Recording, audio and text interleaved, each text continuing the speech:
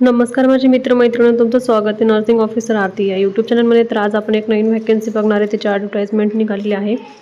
तर आपण पूर्ण व्हिडिओ डिटेलमध्ये बघणार आणि चॅनलला जर नवीन असाल तर चॅनलला आपल्याला सबस्क्राईब करा आणि व्हिडिओ पूर्ण शेवटपर्यंत नक्की बघा.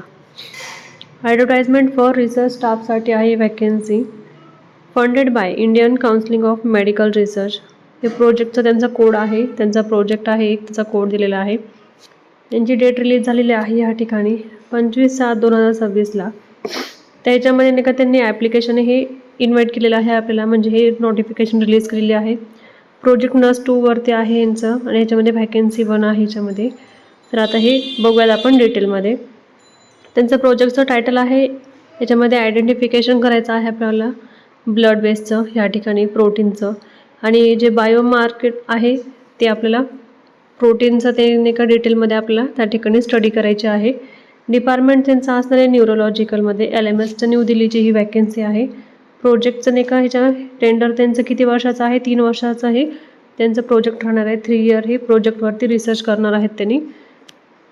त्यानंतर आपण बघणार आहोत पोझिशनमध्ये काय ते बघणार आहोत आपण आता. इनिशियली या ठिकाणी क्वालिफिकेशन दिले, एक्सपिरियन्स आणि एज लिमिट दिलेली आहे.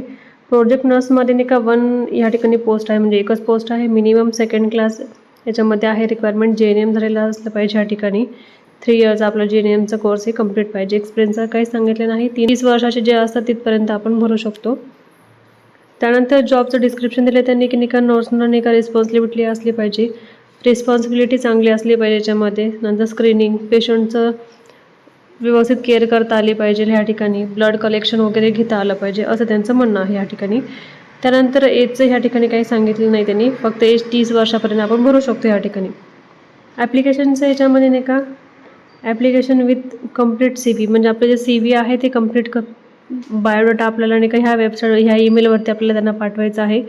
आपल्या बायोडाटा CV व्यवस्थित बनवून प्रोफेशनल एकदम ते ह्या Gmailवरती आपल्याला त्यांना पाठवायचं आहे. 8 ऑगस्टच्या आतमध्ये पाठवायचं आहे. त्यानंतर आपण त्यांना एक कॉपी पण द्यायची आहे आपली क्वालिफिकेशनची.